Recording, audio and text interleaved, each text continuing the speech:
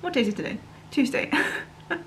I'm off to Edinburgh in a little while. I don't want to say I'm running late because I don't actually have an appointment or anything, like a specific time that I need to be in Edinburgh for, but my original plan was to get out of the flat a bit earlier so I wouldn't like have to deal with the late rush with like getting back to Glasgow afterwards. But it's 11 and I haven't left yet. Since living in Edinburgh like for the past 4 years, I love every single time I can like go to Edinburgh and just like relax or like do something fun.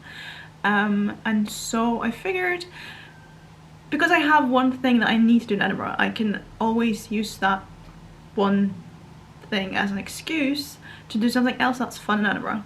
Although I am on a book buying ban, I might be going into a couple bookstores. Don't tell my flatmate. Speaking of reading, I am currently reading Before I Let Go by Kennedy Ryan. I was actually hoping to finish this book today because it's the 28th of February, so that I could like add this to my February read pile, but I'm only 70 pages in and the book is like just under 400 pages, so I'm not going to be able to finish this today because I'm also reading another book which I'll get to in a second. It's probably a good thing that I'm spending a bit more time on this book because it's very heavy. Although it is like a second chance romance, it deals with a lot of heavy topics. I'll just read you the back so you can get like a vibe. Their love was supposed to last forever, but when life delivered blow after devastating blow, Yasmin and Josiah found that love had its limits. It couldn't save their marriage. Yasmin wasn't prepared for how her life fell apart, but she's finally starting to find joy again. She and Josiah have found a new rhythm, co-parenting their 2 kids and running a thriving business together. Yet, like magnets, they're always drawn back to each other. And now they're beginning to wonder if they're truly ready to let go of everything they once had. One stolen kiss leads to another, and then more. It's hot, it's illicit, it's good, until it starts to hurt again. As old wounds reopen, Yasmin and Josiah wonder if it's too late for them to find forever. Or could they be even better the second time around? I love this book already so far, but I was reading yesterday, I'm literally starting to tear up like just thinking about it. Without saying too much, I think from the get-go, in the beginning, you can already tell the thing that happened that made everything fall apart. And it's honestly so gut-wrenching and just heartbreaking. I had to like put the book down yesterday because I just started crying and I was just way too emotional. The author kind of put like a trigger warning at the front of the book, but also you can look up other trigger warnings online, of course, before you head into this book, because it is dealing with a lot of heavy topics. So be aware of that, but other than that, so far the book is so good. And I don't know if this is a great book to read on the train, but I'm gonna do that anyway because the train from Glasgow to Edinburgh is about like 50 minutes. So I'll have like just under 2 hours to read on my trip today. So I'm probably gonna spend most of that time reading this one, but at the same time, as a lot of you probably know, the adaptation for Daisy Jones and the Six, the TV series, is coming out on Prime this Friday. Now I'm not sure if I'm gonna be able to watch the episode on Friday because I'm actually not gonna be here and I'm not sure if my account will work back home. With the show coming out, I really wanted to reread Daisy Jones and the Six to have like a fresh reminder of like how the book is, so that it's easier for me to compare it to the TV show, because I found a lot of times if it's been a long time since I read the book and then I watched the movie or like TV show, they kind of get mixed together. So I feel like if I did a reread of Daisy Jones and the Six, because I read it first in like 2020, I want to say, did I, or 2021? January 2020 or 21, I think.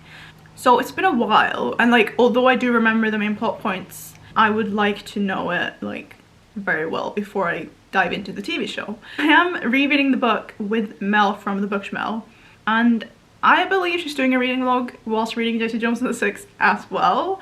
So once it's posted, because this video will probably not be posted in a couple weeks, so once her video is up, I will link it in the description below so you can watch that one as well. I actually need to go now. I've got my bag packed. Oh, this is a new bag that I got not too long ago by Vicky from Title Pieces. It's not easy to see, but it's the Ketterdam tote. It's from one of the news drops, and it's such a good sized tote bag, because like I have so many big tote bags and I was gonna bring just like my bag, but my bag's too small for a book, and this one is like the perfect size for a book and like all of the things you need. And also whenever you go out, I feel like it's nice to like have a bag that you can like fit all the things in if you want to say buy a book, you know? I will leave the link to this tote bag down below as well. Title Pieces, if you've not been around on this channel before, is one of my favourite shops. I might be biased because my friend owns it, but still, I literally have the bookmark that I have in this book is also from the new drop, Title Pieces. Also, this bookmark sleeve is very genius because that means my bookmark isn't gonna get ruined. But yeah, me and my Title Pieces things are going to Edinburgh today, and you get to come along with me. So actually I might put my book in my book sleeve so it's a bit better protected in my bag. I actually got this book sleeve like years ago from my best friend at home, and it's perfect for when you want to go because you can just slip your book inside it and your book's perfectly protected. If I can find the link to this specific one, I'll leave it down below as well if anyone's interested. It's by Book Besties UK. I do believe that they still make book sleeves, so I really like mine. This is from Cassandra Clare. One must always be careful with books and what is inside of them, for words have the power to change us. The quote is from one of my favourite trilogies by Cassandra Clare, which is The Infernal Devices, and just very cute. Anyway, I need to run out because I don't want to be too late for the train.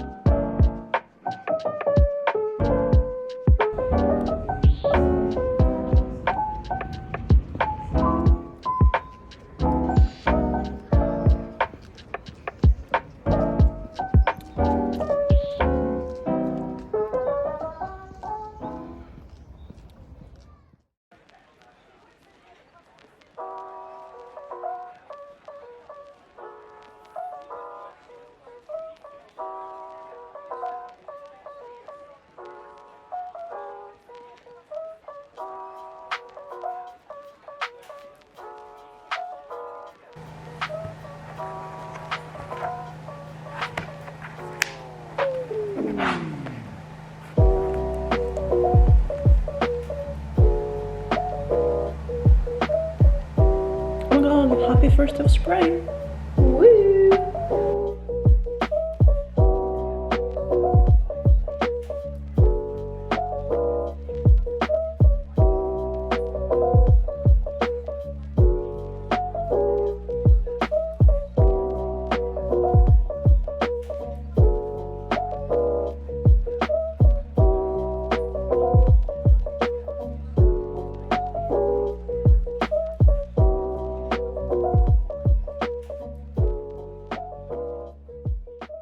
It is Wednesday the 1st of March, so happy spring. I honestly can't believe that we're in March. It feels very strange to me. Because it's a new month, I found actually, well, I say found, Mel reposted on her story this March self-care kind of thing. I'll put the photo up here for you guys to see. It was essentially a post that someone had made on Instagram where every single day there's a prompt for you to do, and so today's prompt was to write down your monthly intentions, which is why I did a bit of journaling this morning. I haven't journaled since early December, so I'm hoping that this can actually like help me get back into journaling. Some of the other prompts later on this month is actually to journal, so hopefully that will help. Other than that, I have some book mail to share with you that I got in the mail yesterday. This is Last Violent Call by Chloe Gong, which came out yesterday actually. I actually pre-ordered this on Black Friday, but then my friend Heaven from Heavenly Bibliophile showed me that I could get this signed special edition version, and then it's actually very beautiful. It's got like foiled naked hardcover. If you haven't seen this before, it is essentially 2 short stories slash novellas that will link the events from Our Valiant Delights to the next book in the Foul Lady Fortune duology. I'm very excited to get some happiness from the Secrets of Shanghai series. I want to cry already. I know these stories are meant to be like happy and stuff, but also obviously link them to the final book in the universe, but I'm very excited to read this. And I'm actually packing it in my bag because I don't know if I told you yesterday, but I'm going home for a week and a half. I'm actually going to the Louis Capaldi concert in Oslo on Friday with my dad, my sister Sophie, and my cousin. And so I'm flying to Oslo tomorrow, going to the concert on Friday, and then going home Saturday, staying home for like a week or so. And then I'll be back in Glasgow after that, again, for the foreseeable future. But because I'm going home, I'm gonna try to pack a lot of stuff with me, because I know that I will be starting a master's in September, hopefully, knock on wood. And so I know I'm not going to be living here in September, which means I need to bring all my stuff home now. The problem of being a book hoarder is that books are very heavy, and packing them and bringing them home is a hassle even if you just live a town over. But when your home is in a different country, this makes it even more difficult. And so I've taken all the books that I've read slash don't think I will read before September off my shelves and put them in a pile here. I figured I'd show the books I'm gonna bring home. I'm not sure how exciting this is, but you know, I figured I'll show the books anyway. First we have A Touch of Ruin by Scarlett St. Clair. I think this is like the 3rd book in the Persephone and Hades retelling. I mostly picked up these books because of Vicky, and that's about it. The next book I have is Sardimas, A House of Sky and Breath. I read 400 pages and couldn't be bothered with the rest of the book, so bringing that one home. Last Violent Call, as I just mentioned, because I want to read it next week. My annotated version of The Invisible Life of Adler by V. Schwab, which was a gift to me by Adele. She gifted this to me actually a year ago today, when I visited her in Paris. Then we've got The Great Undoing. Data hates The Great Undoing, that I'm hoping to read next week as well, once I'm home. Quite excited for this one. We've got Magnolia Park's The Long Way Home, which I have read last month. Then we have Chain of Thorns by Cassandra Clare, which I also read in February. Hellbent by Lee Bardugo, which I read in January. If You Could See the Sun by Anne Liang, which I read and loved if you watched my January wrap-up. I have The Atlas Paradox by Olivia Blake, which is the sequel to the Atlas 6. This is the Fairloo special edition, which is why it's a different colour, if you were wondering. Six of Crows by Lee Bardugo in French. We've got People Meet on Vacation by Emily Henry. Then we have Dance of Thieves by Mary E. Pearson, which I read last year. Last but not least, we have La Vie Invisible d'Adi Larue. Oh, wow. Which is The Invisible Life of Adi Larue in French. Excuse the mess in the back if you can see any of that. I'm still packing. I just popped to the shops to get something for my friend who I'm staying with tomorrow in Oslo. My camera died and I didn't have another charged battery, so that's why I haven't been filming me packing, but that's very boring to see anyway. But I filled up a whole suitcase. It's about 22 kilos. I think my max is 23. So I had to take a bit out because I need to put like my toiletries and like my makeup and stuff in the suitcase, and I don't want it to be overweight. But I've got a carry-on that I'm bringing on my flight that I put the books that I couldn't put in my big suitcase. And honestly, I don't even know how many books I managed to pack, but I've made a big dent in my bookshelf, to say the least. I added a couple more books other than the ones that I showed you. I do still have quite a lot of books in my bookshelf here, but they're books that I know that I'm either going to read or books that I know I'm going to try to sell. As long as I can actually read them, then I've done my job right, I think. It's currently 6, so my plan is to eat dinner as a must.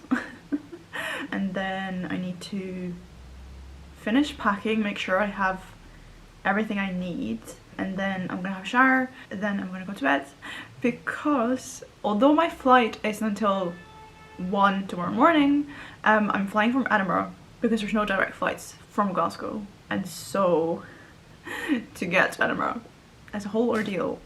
So I'm really not looking forward to the flight tomorrow. I don't mind flying, that's not the problem. I mean, there's not really a problem, it's just to get from my flat to Edinburgh Airport is a bit of a hassle, but it's okay. It would be a lot easier if I didn't have 2 suitcases, but that's my problem for tomorrow. I'm also going to try to read a bit more. I'm still reading Daisy Jones and the Six, trying to keep up to date with the plan that Mel and I set for our read-along.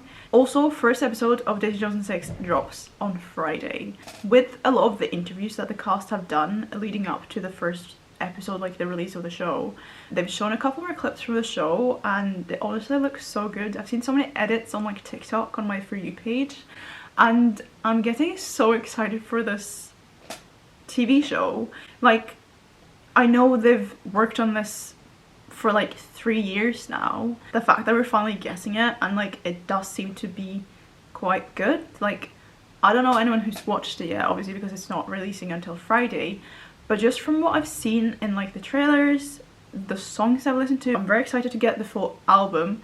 Although I'm going to try to not listen to the full album because I feel like that might ruin the experience of watching the rest of the episodes. But honestly, rereading the book now is making me realize how much I absolutely loved the book when I first read it. So I am excited for Friday. But yeah, I'm gonna have dinner now and then get ready for a long day tomorrow.